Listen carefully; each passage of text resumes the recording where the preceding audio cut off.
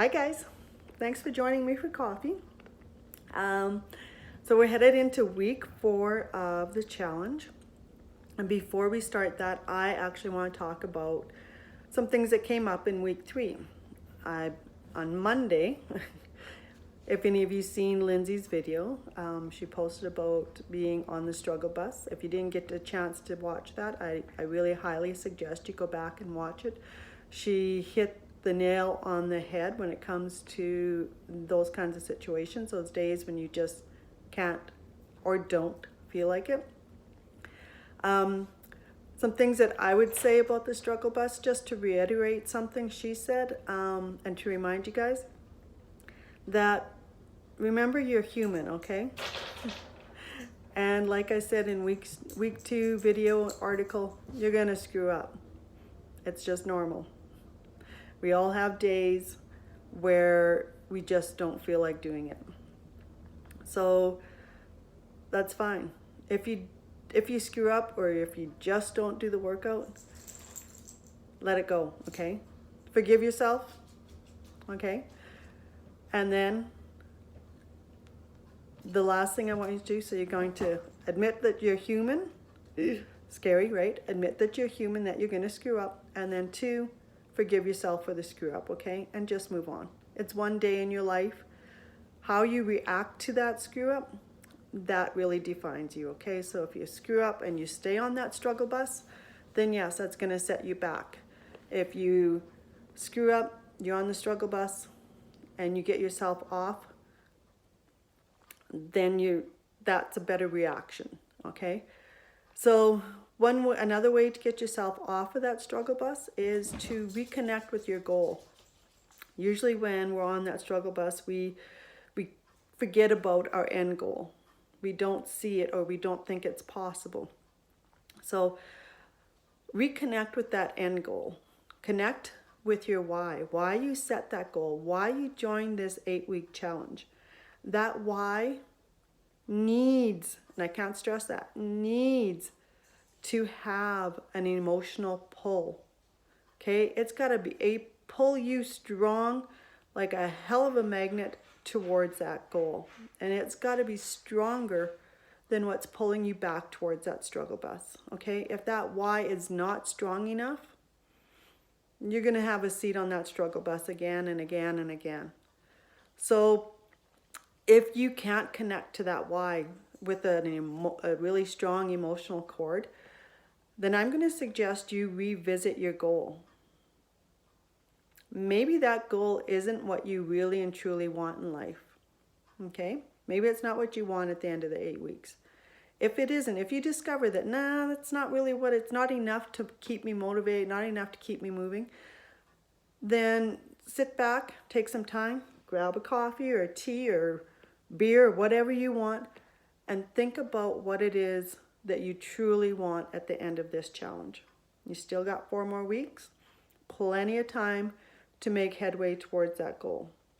Okay, so the 3 things: admit you're human, 2, forgive yourself, 3, reconnect with your why to that goal, okay?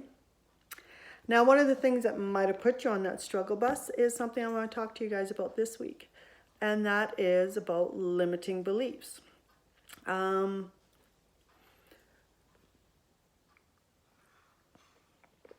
So maybe you're asking yourself, what is a limiting belief?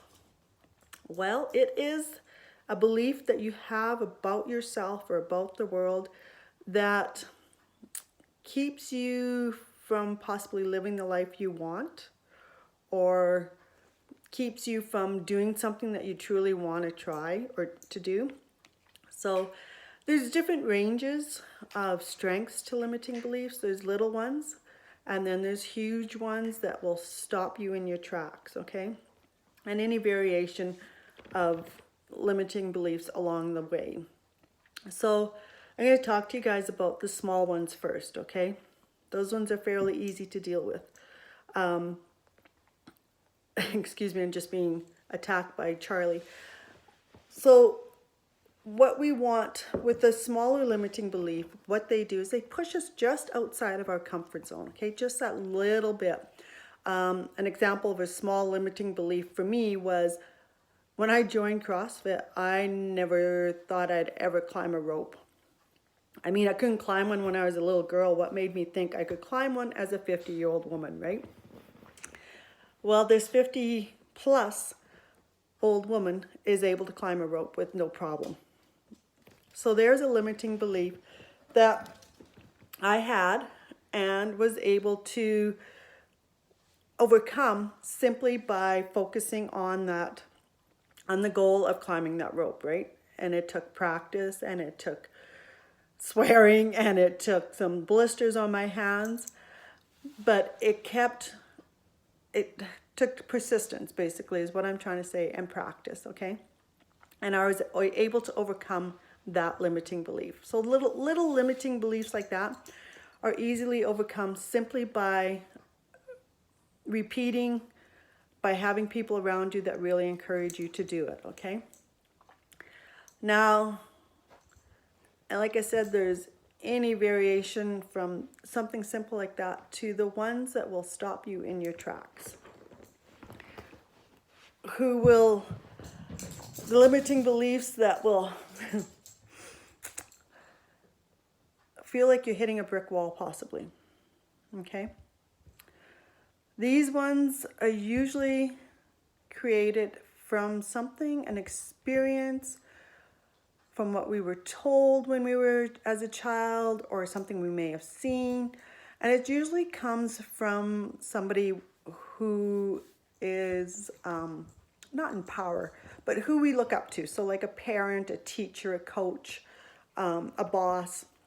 His limiting beliefs are not just developed when we're children, but most of ours do. Most of the big ones are developed when we're little. So these ones are a little bit harder to overcome and may take a little bit more than what I've got described in the article to overcome, and that's okay. So, like I said, so these bigger ones are created by something traumatic. Well, and it doesn't even have to be traumatic event.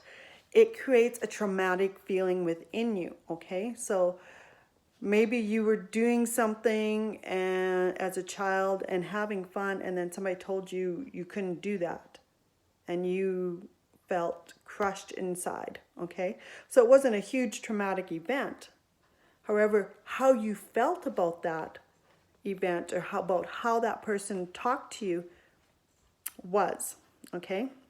So an example of a traumatic or a limiting belief for me, and it's a huge one, and it's one that most of us probably share on some level or another,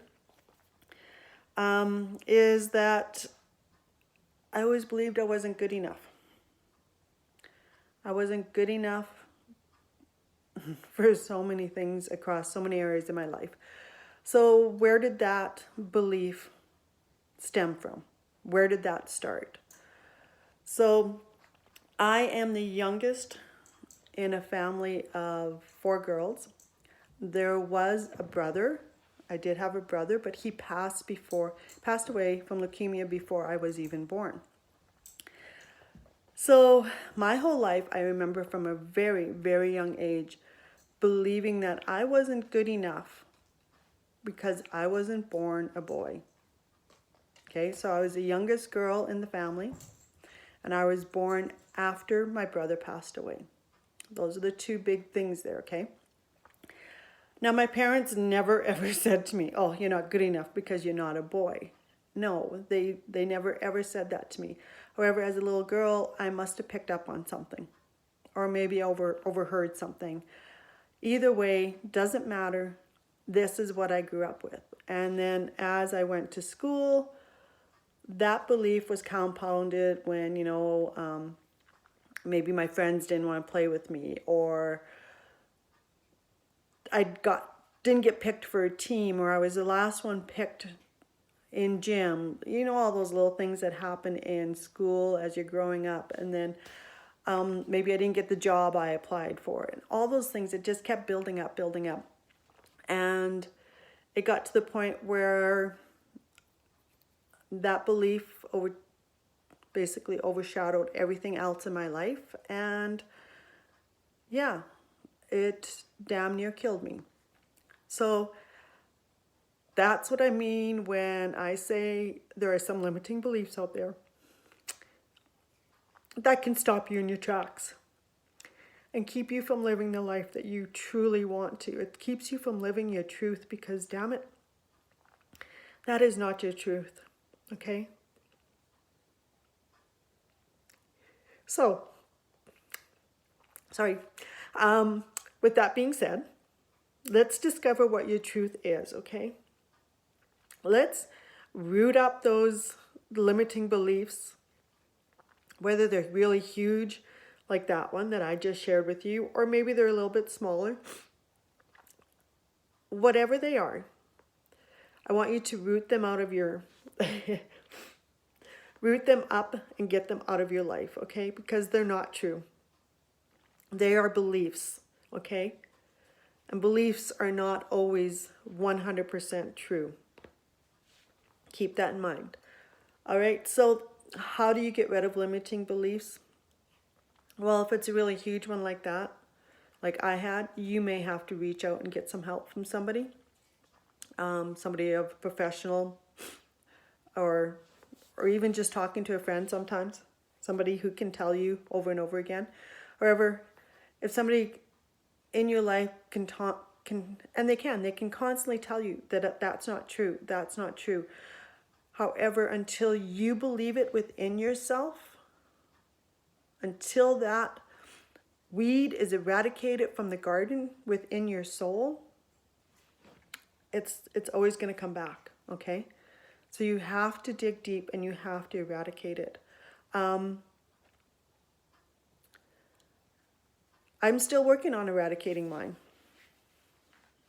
So those are things to keep in mind, okay? So limiting beliefs can be very, very deep. They can have some very, very deep roots, and they can take a lot of work to eradicate. I'm happy to say that mine is not as strong as it used to be. It flares up every now and then. But I'm usually able to pull out some of my tools that I've gotten over the years from taking so many courses of self-help and becoming a life coach. I've got the tools now to realize, to sit back when that little voice in my head says that. It's like, no, don't believe that. That's not true. You are good enough, okay? So how do you get rid of a limiting belief? First of all, you acknowledge that it is a fucking belief, that it is not your truth, okay? So realize that belief isn't really you, okay? It's just something that you thought at one time or another. And then took on as what you thought was your truth. So you're going to acknowledge the limiting belief as that, a belief. Then you're going to write out that belief and write out examples of where it has held you back in your life. Once you've done that, I want you to write out or think of some examples. I don't care if you write this stuff out or not. Think of some examples where it didn't hold you back, where it wasn't your truth, where you were good enough, where you did slay the dragon in your story, whatever. Once you've done that, and you've acknowledged that it's no longer a truth, that it is just a belief. We all have something in our lives that we once believed, okay? Like I said, I once believed I couldn't climb the rope. Now I can climb the rope. Well, I used to, and it's been a while, so can't wait to get back into the gym and to see if I can still do it. We all have beliefs where we thought we couldn't do something, or thought something was true about ourselves, only to discover that no, it wasn't true, or it is no longer true now, today, okay? So once you've got those beliefs written out, you've acknowledged that they're not your truth, that they are just beliefs, then you're going and you acknowledge and you write out or you think of some examples of where it's held you back and then you think of some examples of where you have succeeded in that same kind of area. And then you're going to start changing your self-talk. Yep. What was that, week 2? That self-talk? Yeah. So I'm pretty sure you know how to change your self-talk, that you say things, you talk positive to yourself. You use positive language. So instead of I can't do that, you say I may not be able to do that now or yet. Always add a yet. When you're something that you're trying to do, that you're working towards, put a yet at the end of that. Because if you keep working, damn it, you will succeed. If you truly want to succeed at something, you will succeed at it. So anytime you say, well, I can't do that, go, I can't do that yet. It changes your mindset. It changes your self-talk. It begins to change your belief about that situation, okay? So, next thing I want you to do is to remember small steps, okay? Especially if it's a huge limiting belief. I didn't go from thinking the way I did to the way I think now of, hell yeah, I can do it. Hell yeah, I am good enough. Overnight, okay? Depending on the level of the limiting belief will set the tone as to how much work you have to do to change that limiting belief. All right? So I want you guys to rewrite your story.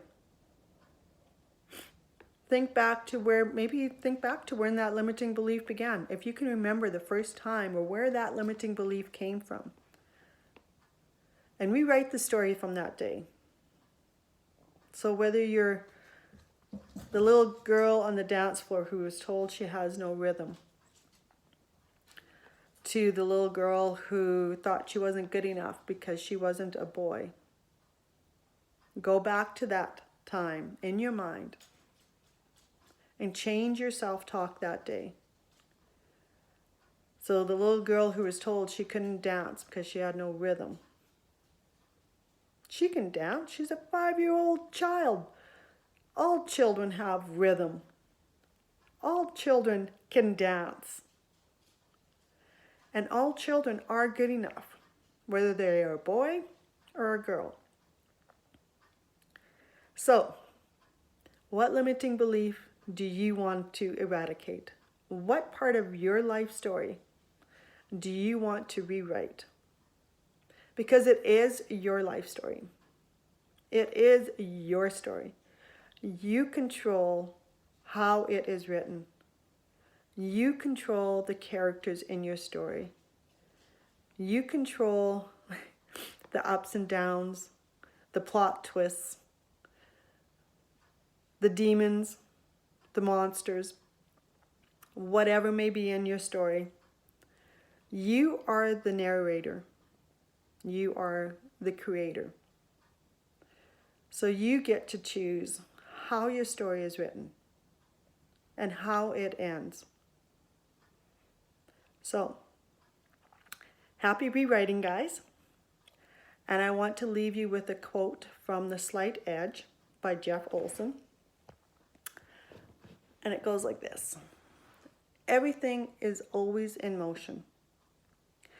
Every day, every moment, your life path is either curving up or curving down. The choice is yours. All right. And just a little side note, if you want to know the whole story of how I ended up the way I was, you can go, I invite you to go to my Facebook page, Simple Touch, and I believe it's called Lost and Found. It's a video. It's about an hour long, and it's my life story of how and what I did to get to where I am today. Also, if you have a limiting belief that you are really struggling with or that you feel is really holding you back, please contact me. Maybe I can help. I would love to help you edit your story and rewrite it so that you can have and the life and live the story that you want to live. All right? All right. Have a good week, See you guys.